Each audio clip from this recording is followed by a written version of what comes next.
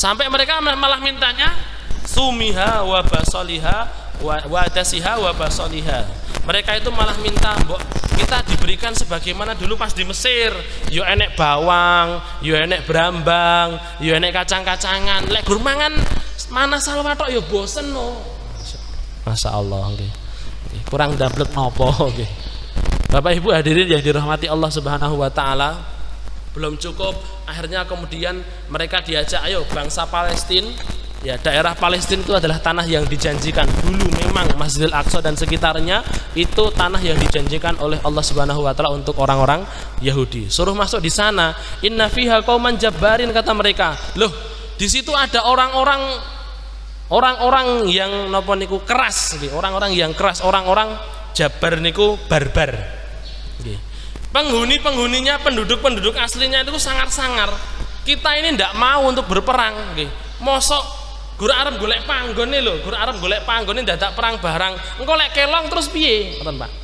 Idhab anta wa rabbuka, lunga dhewe kowe karo Tuhanmu. Masya Allah. Faqatila inna hahuna qaidun. Kalian berdua sampean wahai Musa sama Tuhanmu sana perang dhewe, kita nunggu di sini. Engko lek wis menang baru kabari kami akan masuk.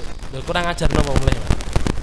Ndak, bukan hanya itu Bapak Ibu yang dirahmati Allah, nanti mereka ditinggal Nabi Musa untuk mengambil wahyu, untuk menerima wahyu di Bukit Tursina selama 40 hari. Petang puluh dino ditinggal, Pak, balik-balik semua nyembah anak sapi.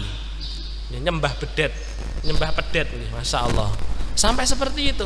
Ya. Bapak Ibu hadirin yang dirahmati Allah, belum cukup begitu.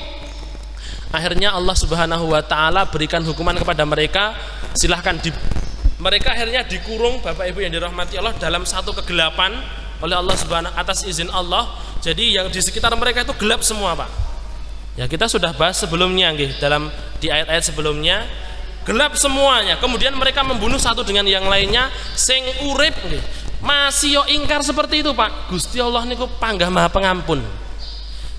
Allah Subhanahu wa taala kasih mereka hukuman saling membunuh satu dengan yang lainnya. Yang terbunuh diampuni dosanya, yang masih hidup juga diampuni dosanya. Kurang napa mleh, insyaallah nggih.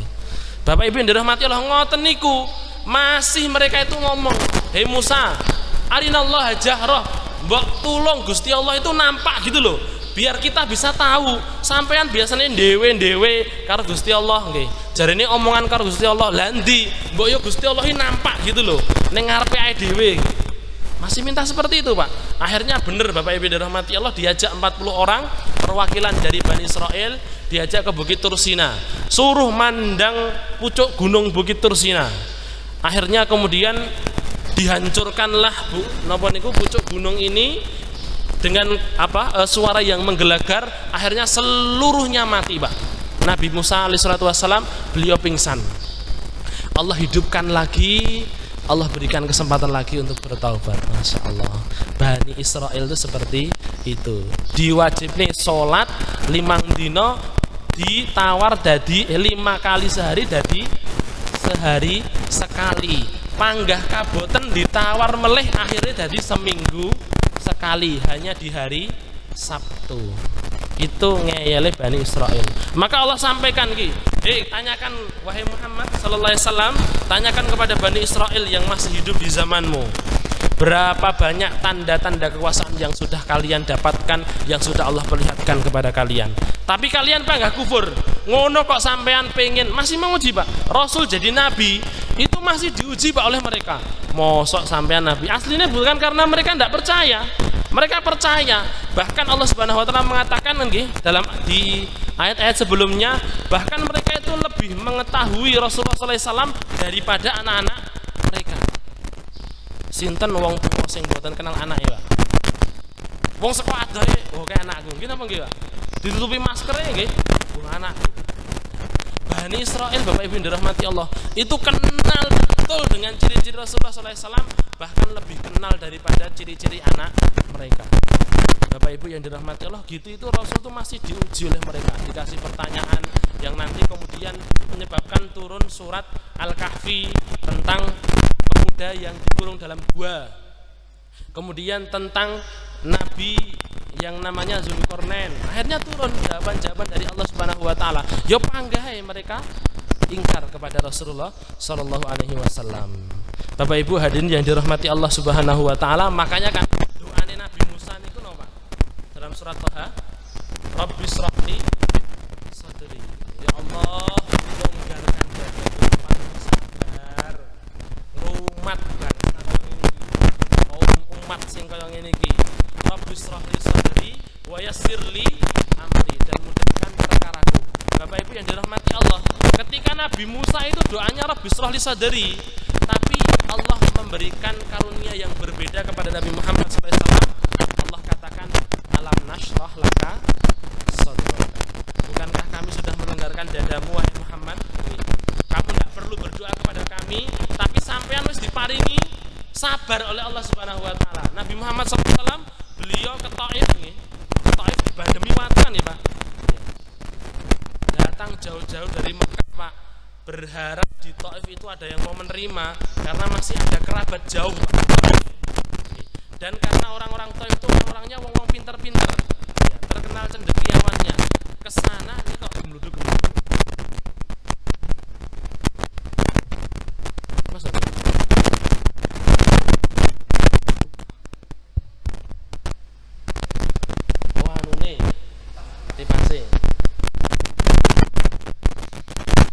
datang jauh-jauh dari Mekah ke Taif, Pak.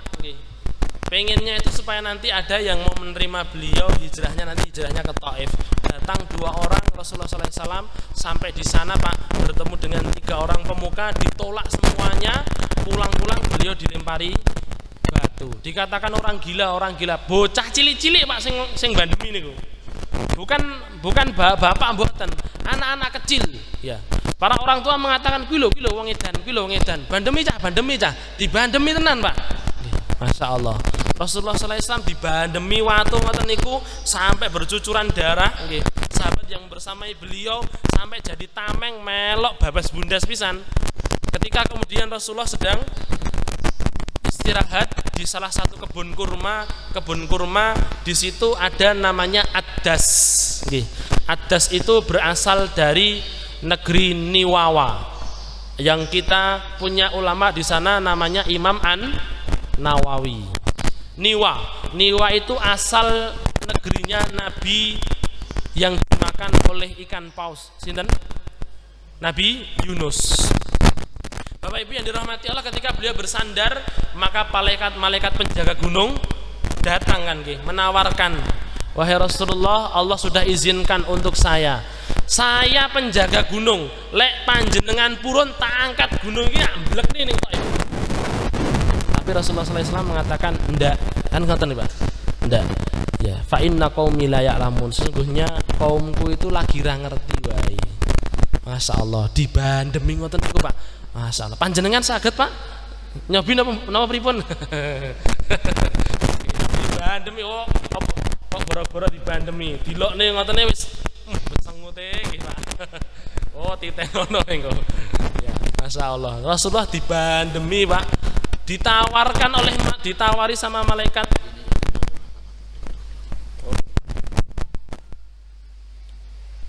Ditawari oleh malaikat, tak mblekne gunung ya Rasul.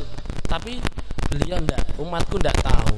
Dan saya berharap semoga nanti di antara mereka, anak turun mereka, ada orang-orang yang menjadi pembela agama ini. Ya, sabarnya Rasulullah SAW, beliau bahkan tidak berdoa, sudah diberikan kesabaran oleh Allah Subhanahu wa taala. Salat dimbleki waduk onto. Waduk niku abot mboten, Pak? Wah, sing wingi melok ngurusi waduk ya, Mas. Wah, abote ram. Nggih. Diangkat wong papat dayek-dayek nggih. Kanjeng Nabi diparingi waduk unta, Pak. Sampai Fatimah nggih, Az-Zahra radhiyallahu taala anhu, putri beliau yang tercinta, itu sampai nangis, Pak, membersihkan Nabi Muhammad SAW dari letong-letong niki, dari kotoran-kotoran yang ditimpakan oleh mereka orang-orang Quraisy, sambil nangis, Pak. Tapi malah justru bukan Rasulullah yang nangis, malah justru Rasul setelah selesai malah niku ngeneng-ngeneng Fatimah, sabar, Nduk, sabar. Yo ngene iki sing bakal dilakoni bapakmu. Masyaallah. Bapak Ibu yang dirahmati Allah, ketika Nabi Musa itu meminta Napa? Rabbi shrah li sadri wa yassir li amri. Tapi Allah Subhanahu wa taala menurunkan innam wa nuyassiruka lil yusra. Wa nuyassiruka lil yusra. Dan kami memudahkan engkau untuk satu kemudahan. Allah Subhanahu wa taala mudahkan perkara beliau sebelum beliau meminta kepada Allah Subhanahu wa taala. Salah satu perkara Rasulullah sallallahu alaihi wasallam yang dimudahkan, yang tidak dimudahkan oleh Allah Subhanahu wa taala Nabi Musa apa? Ngrumat kaum niki wau, Pak. Nggih, ngrumat kaum. Kaumnya Nabi Musa masih melihat seperti itu, nggih. Kaumnya Nabi Isa masih melihat mukjizat yang begitu indah, yang begitu sakti menawan, tapi ternyata mereka tidak bisa beriman. Tapi Rasulullah SAW, Pak, umatnya tidak lihat beliau, ora kenal, ora pernah ngerti sopo kuwi, tidak pernah lihat bagaimana wajah beliau, hanya mendengar saja sudah beriman. Masya Allah. Itu satu kemudahan yang Allah berikan kepada Rasulullah SAW, bahwasanya beliau walaupun sudah meninggal akan tetapi kita mengenal Rasulullah SAW lewat kisah-kisah yang disampaikan oleh para ulama, dan kita iman seyakin-yakinnya. Iman apa mboten, Pak? Iman. Pak masih ora kenal Kanjeng Nabi, ya panggah iman. Maka Bapak Ibu yang dirahmati Allah Subhanahu wa taala, sekali lagi nggih, Allah ingin nggih Nabi Muhammad SAW tanyakan kepada orang-orang Bani Israel, nggih, kurang rizki apa, kurang nikmat apa sing Allah paringi. Bapak Ibu yang dirahmati Allah, nggih, niki berbicara tentang Bani Israel, saya jadi teringat, Pak. Bani Israel itu kan satu kaum yang dilaknat oleh Allah kan, Pak.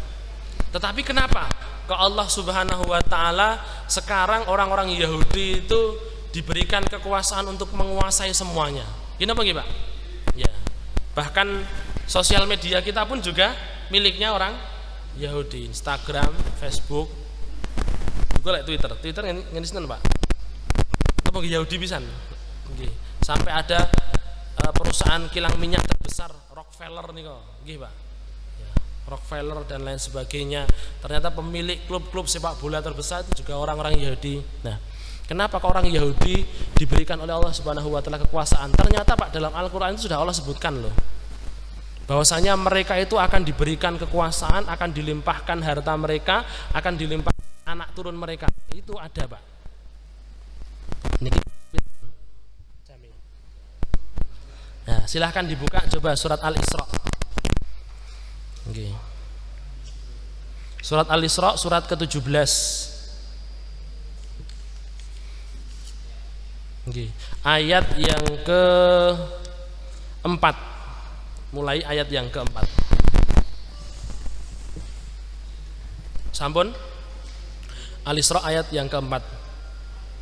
Allah Subhanahu wa taala niku pun sanjang, wa qadaina ila bani Israila fil kitab la tufsidunna fil ardi marratain wa la ta'lunna 'uluwan kabira. Dan sudah kami putuskan untuk Bani Israel dalam kitab, maksudnya kitab Nabi Musa, bahwasanya mereka akan melakukan kerusakan di muka bumi 2 kali, Pak.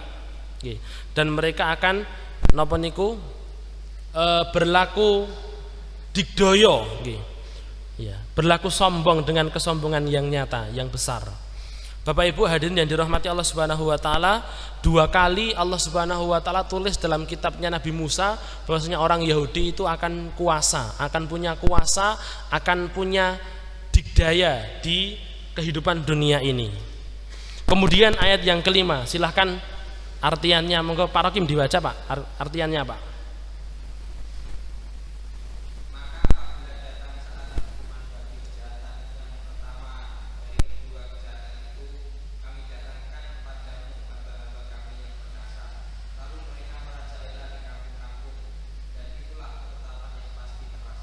Nggih. Bapak Ibu yang dirahmati Allah, fa idza jaa wa'du ulahuma ba'atsna 'alaikum ibadan lana uli ba'sin syadid fajasu hilalat diyar. Yang pertama kali, jadi nanti 2 kali, Pak, mereka melakukan kerusakan, mereka mempunyai adik kuasa, mempunyai kuasa di muka bumi, dan kuasa yang mereka dapatkan itu akan menjadikan mereka merusak di muka bumi, akhirnya ditumpas oleh Allah Subhanahu wa taala, dikirimkan hamba Allah untuk mengusir mereka, membinasakan mereka. Pada kuasa yang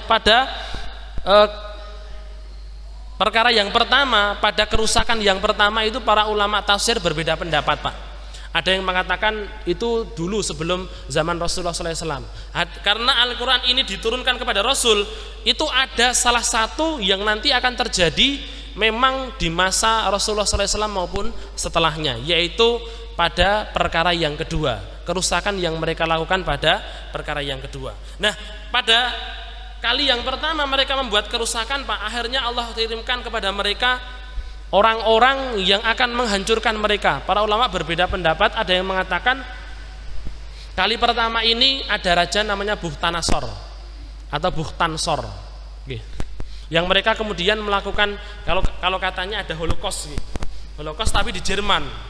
Nah, ini nanti terjadinya bukan di Jerman tapi di tanah Arab, sebagaimana nanti di ayat yang ke-7, di masjid, maksudnya di sekitar masjid, maksudnya Masjidil Aqsa. Di tanah Arab mereka akan dihapuskan. Yang pertama ada yang mengatakan dengan dikirimnya Raja Bukhtanasor mereka dibantai, Pak. Karena mereka punya kuasa, akhirnya semena-mena mereka diberikan kekuasaan oleh Allah. Ya. Yang ulama tafsir yang lain mengatakan kali pertama itu di masa Rasulullah Shallallahu Alaihi Wasallam. Dengan kapan itu? Yaitu ketika Bani Quraidah, ketika orang-orang Yahudi mereka punya perjanjian dengan Rasulullah di Madinah untuk melindungi Madinah, sama-sama kita lindungi Madinah. Ternyata pasukan Ahzab pada perang Ahzab datang, Pak. Mereka tidak mau melindungi. Mereka, Bapak Ibu yang dirahmati Allah, orang-orang Yahudi ini orang-orang yang tidak mau baku hantam, Pak.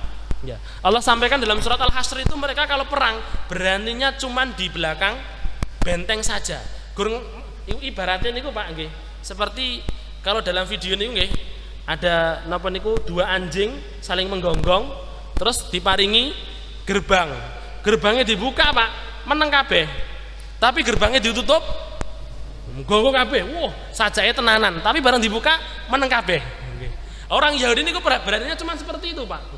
Makanya kan Bapak Ibu yang dirahmati Allah, mereka dengan pakai tank, dengan pakai senapan, cuman dilempari batu, mereka takutnya minta ampun. Memang itu yang Allah sampaikan. Jadi mereka melakukan kerusakan yang pertama, ada yang mengatakan di masa Bukhtanasor, ada yang mengatakan di masa Rasulullah. Mereka mengingkari janji. Akhirnya Bapak Ibu yang dirahmati Allah, Bani Quraidah waktu itu yang masih tersisa di Madinah, itu karena tidak mau membantu kaum muslimin, ora ketang nyumbang, ora gelem, Pak. Padahal Madinah sedang dikepung, tapi mereka itu tidak mau. Ayo silahkan. Nanti misalnya orang-orang musyrik menang, saya pun juga yang untung. Akhirnya, Pak, mereka dihukum oleh Rasulullah SAW lewat keputusannya Sa'ad bin Mu'ad. Ya, mereka menyangka orang-orang Yahudi ini bahwanya Sa'ad bin Mu'ad yang dulu merupakan sekutunya itu akan memberikan keputusan yang baik. Ternyata keputusannya Sa'ad bin Mu'ad fantastis, Pak. Napa niku Bapak Ibu yang dirahmati Allah, begitu kejam, tapi memang cocok untuk mereka yang senantiasa berusaha untuk merusak perjanjian dan membahayakan kaum muslimin yang ada di Madinah. Padahal ini kan cikal bakal, Pak. Cikal bakal kaum muslimin, mereka berusaha untuk menghancurkannya, Pak, dengan orang-orang musyrikin, tidak mau untuk membantu, sengaja mereka. Apa yang kemudian ditimpakan oleh Rasulullah SAW kepada mereka? Seluruh kaum pria, yang bulu kemaluannya sudah tumbuh, maka semuanya dipenggal, Pak. Semuanya dipenggal. Seluruh anak dan wanita semuanya ditawan, seluruh harta diambil, seluruh rumah dihancurkan. Wis entek-entekan. Bapak Ibu yang dirahmati Allah, karena mereka begitu bengis, maka ternyata lewat Sa'ad bin Mu'ad pun yang dalam tanda kutip notabene-nya sekutu, Pak. Sekutunya dulu di masa jahiliyah. Niku ya kemropok, Pak. Iki wong Yahudi ternyata lakonane kaya ngene iki. Akhirnya diberikan hukuman seperti itu. Lah nanti di kali yang kedua, niki ayat yang ke-6. Tsumma radadna lakumul karrata 'alaihim wa amdadnakum bi amwali wa banin wa ja'alnakum aktsara nafira. Kemudian kami kembalikan kepada kalian kali yang kedua, dan kami melimpahkan begitu banyak harta dan anak-anak kalian, dan kalian menjadi orang yang paling banyak di muka bumi, populasi yang cukup banyak. Bapak Ibu yang dirahmati Allah Subhanahu wa taala, dan para ulama tafsir mengatakan itu terjadi nanti di akhir zaman, kata para ulama tafsir. Panjenengan bisa cek di tafsir Al-Qurtubi, kali yang kedua orang-orang Yahudi merusakkan kerusakan itu adalah di akhir zaman, dan kita sudah merasakan bagaimana mereka budaya, bagaimana mereka punya kuasa. Bapak Ibu yang dirahmati Allah, Allah Subhanahu wa taala limpahkan dunia kepada mereka, menguasai segalanya kan nggih. Dulu pakai dinar, pakai dirham, sekarang kan kita pakai kertas pun juga mau ya Pak. Nggih. Duit ini kan nggih, pakai kertas kobong bingung. Ya Pak nggak mau. Nah, pakai kertas terus saiki rene wujude, pakai nominal nggih Pak. Gini nggih, pakai kartu. Kita pun juga yo mau ndak mau yo ikut nggih, dibawa ke sana kemari sampai rene wujude nanti pakai aplikasi. Boleh aplikasi hilang piye dan lain sebagainya. Duit niku wis mboten ketara melih nggih. Orang nggih napa nggih? Orang itu sudah kalau sudah pakai aplikasi, pakai Shopee niku duitnya ya gur ning jero kene. Diklik gitu saja dapat barang, diklik dapat barang. Bapak Ibu yang dirahmati Allah, mereka menguasai seluruh dunia. Itu sudah Allah tetapkan nggih, bahwasanya Allah melimpahkan harta kepada mereka dan anak-anak kepada mereka. In ahsantum li anfusikum wa in asatum falaha fa idza jaa wa'dul akhirati liyasu wujuhakum liyadkhul masjida kama dakhaluhu awwala marrah wal yutabbiru ma alau tadbira. Jika kalian berbuat baik, maka kalian berbuat baik untuk diri kalian. Jika kalian berbuat buruk, maka itu untuk kalian juga. Maka apabila datang janji yang terakhir mereka melakukan kerusakan di muka bumi, Allah Subhanahu wa taala akan kirimkan kepada mereka satu kaum ya yang akan menghancurkan mereka, akan memperburuk wajah-wajah mereka nggih, dan memasuki masjid, maksudnya Masjidil Aqsa. Sebagaimana mereka memasuki di awal yang pertama, dan pasukan itu akan menghancurkan ma'alau tadbiro, apa yang menjadi kecongkaan mereka dengan sebenar-benar penghancuran. Bapak Ibu yang dirahmati Allah Subhanahu wa taala, nggih, kapan itu terjadi? Yaitu ketika di masa Nabi Isa akan datang. Allah turunkan di Menara Putih. Menara Putih itu adanya di Masjid Umawi. Masjid Umawi itu ada di Damaskus. Damaskus itu dekat dengan Masjidil Aqsa. Rasulullah SAW mengatakan Dajjal dibunuh di pintu Lot nggih. Pintu Lot itu ada di daerah Israel. Jadi Bapak Ibu yang dirahmati Allah, sesuai dengan ayat Allah Subhanahu wa taala ini, bahwasanya nanti akan ada yang menghentikan kuasa orang-orang Yahudi, yaitu Nabi Isa yang diutus oleh Allah Subhanahu wa taala dengan kaum muslimin, menghancurkan mereka dengan sebenar-benar penghancurannya. Bahkan seonggok batu pun akan berbicara, ini loh orang Yahudi ada di belakangku, wahai orang muslim kalian bunuhlah dia. Habis semuanya Pak.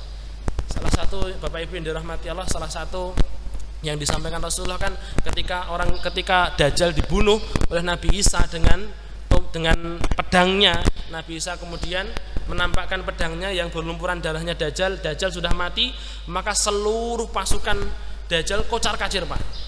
Mereka aslinya tidak mau perang ya, mereka itu mengandalkan Dajjal itu loh yang punya kuasa, iso nekakne hujan, iso membuat tanah kekeringan, sekti menurut mereka. Dajjal mati Pak, semuanya kocar-kacir, dihancurkan oleh orang-orang muslim. Bahkan mereka berada di balik batu pun juga akan diburu, batu akan berbicara, dinding akan berbicara, selain pohon pun juga akan berbicara, selain satu pohon yang mereka budidayakan, yaitu pohon Horkot. Itu Bapak Ibu hadirin yang dirahmati Allah Subhanahu wa taala tentang orang-orang Yahudi, satu bangsa yang diberikan keistimewaan aslinya oleh Allah Subhanahu wa taala, tapi keistimewaan yang Allah berikan itu ternyata tidak menjadikan mereka menjadi lebih baik. Hadirin Bapak Ibu yang dirahmati Allah, sekali lagi, kekayaan kita bukan jaminan bahwasanya kita dicintai oleh Allah Subhanahu wa taala. Ilmu kita pun juga bukan jaminan bahwasanya kita dicintai oleh Allah Subhanahu wa taala. Jangan sampai kemudian sebagaimana dalam surat Al-Fajr, ketika dilimpahkan harta yang banyak kita mengatakan Allah cinta dengan saya, tapi ketika diberi kemudian kita mengatakan Allah benci dengan saya. Bapak Ibu yang dirahmati Allah, hanya satu kebahagiaan yang bisa kita dapatkan, yaitu dengan cara takarrub kepada Allah Subhanahu wa taala. Senantiasa tidak boleh sombong, karena orang-orang Yahudi walaupun diberikan keutamaan, mereka tidak bisa menerima kebenaran karena mereka bangsa yang sombong. Itu mungkin yang bisa saya sampaikan pada pertemuan kali ini. Semoga Allah Subhanahu wa taala memberikan kita petunjuk nggih, memberikan kita keistiqomahan untuk senantiasa berjalan di atas sunnah Rasulullah sallallahu alaihi wasallam. untuk senantiasa berpegang teguh dengan kitab Allah dan sunnah Rasulnya, meniti jalan para salafus salih dan para ulama-ulama kita, dan semoga Allah pertemukan kita di surga nanti, diberikan masing-masing dari kita sebidang tanah untuk kita tempati di surga nanti tanpa harus mencicipi pedihnya siksaan di akhirat kelak. Amin ya rabbal alamin. Aku qouli hada astaghfirullah li wa lakum walhamdulillahi rabbil alamin. Rabbana taqabbal minna innaka antas samiul alim wa tub alaina innaka antat tawwabur rahim. Walhamdulillahi rabbil alamin. Kita tutup dengan doa kifaratul majlis. Subhanakallahumma bihamdik asyhadu an la ilaha illa anta astaghfiruka wa atubu ilaik. Assalamualaikum warahmatullahi wabarakatuh.